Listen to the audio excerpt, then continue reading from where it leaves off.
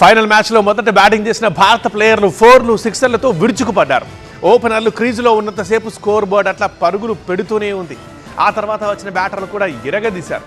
అసలు ఒకానొక దశలో 300 చేరుతుంది అనుకున్న టైంలో జేమ్స్ నీషమ్ ఒకే ఓవర్లో 3 వికెట్లు తీసి టీమిండియా జోరుకి బ్రేకులేశారు.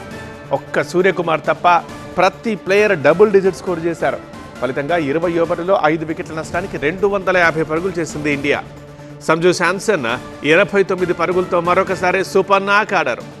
వరుసగా 3 మ్యాచ్ల్లో సెంచరీ మిస్ అయిన భారత్ని మాత్రం సక్సెస్ తీరాలకు చేర్చాడు. ఇషాన్ కిషన్, అభిషేక్ శర్మ గ్రౌండ్ని షేక్ చేశారు. ఫాస్టెస్ట్ హాఫ్ సెంచరీలు చేశారు ఇద్దరు.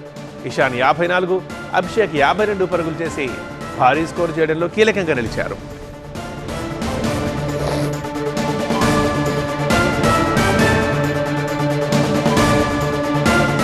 256 పరుగుల టార్గెట్తో బరిలోకి దిగిన న్యూజిలాండ్ 19 ఓవర్లలోనే ప్యాకప్ చెప్పేసింది.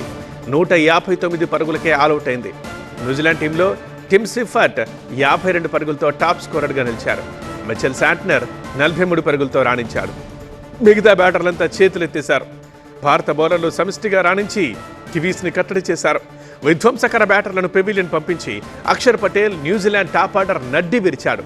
సెమీస్లో సౌత్ ఆఫ్రికాపై సెంచరీతో రెచ్చిపోయిన ఫిన్ అలెన్ సహా కీలకమైన మరో 2 వికెట్లు అక్షర్ సాధించాడు.